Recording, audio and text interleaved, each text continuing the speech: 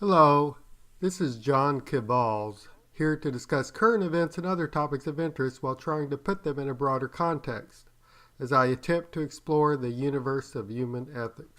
Today, I want to talk about the many dimensions of privilege. First off, note that there are innumerable ways in which people can be characterized, including by social class, income or wealth, wealth of one's parents, educational level, intelligence, which itself can be multidimensional, sex, race, ethnicity, nationality, first language, age, general health, height, weight or body shape, physical attractiveness, athletic ability, sexual practices or preferences, geographical location, job or profession, etc. Each type of characterization can be considered a separate dimension and each individual a multidimensional being. Note that an individual may be, with respect to one dimension, in a group that has been traditionally disadvantaged, and with respect to another dimension, in a group that has been advantaged. Actually, the odds are that the great majority of individuals are in at least one advantaged and at least one disadvantaged group for some dimension of some importance. Any reasonable attempt to determine whether a person on balance is advantaged or disadvantaged would require a holistic approach to consider all dimensions with any significant impact on social status or quality of life.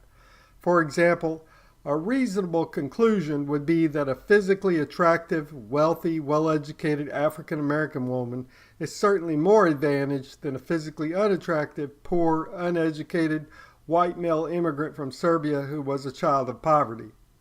But instead of following a somewhat sophisticated and consistent approach to determining whether an individual is holistically advantaged or disadvantaged, it has become common to use a lazy-minded and unimaginative approach and focus on just two superficial and easily identifiable characteristics: sex and race, with the implication that white males are the most privileged group, to the point of popularizing the term white male privilege.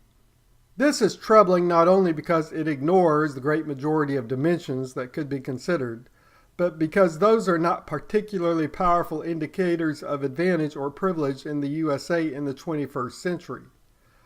Wealth and income, followed by educational level of the individual and physical attractiveness, are much more powerful indicators of advantage. And if one does focus on race, it is problematic that Asian Americans outperform Caucasian Americans in wealth and income and in professional success. Also, if one focuses on sex, it is problematic that female college graduates outnumber males by a significant percentage and the gap continues to grow. So the focus on just sex and race, with the resulting popularization of the term white male privilege, seems so inconsistent with any serious attempt at recognizing and addressing privilege that it appears that this narrative is not intended for the betterment of the whole of society over the long term. Having said all that, there is one additional point that should be made. There may be some validity to the notion of elite white male privilege. There are a number of elite white males who are more privileged than virtually anyone else on the planet.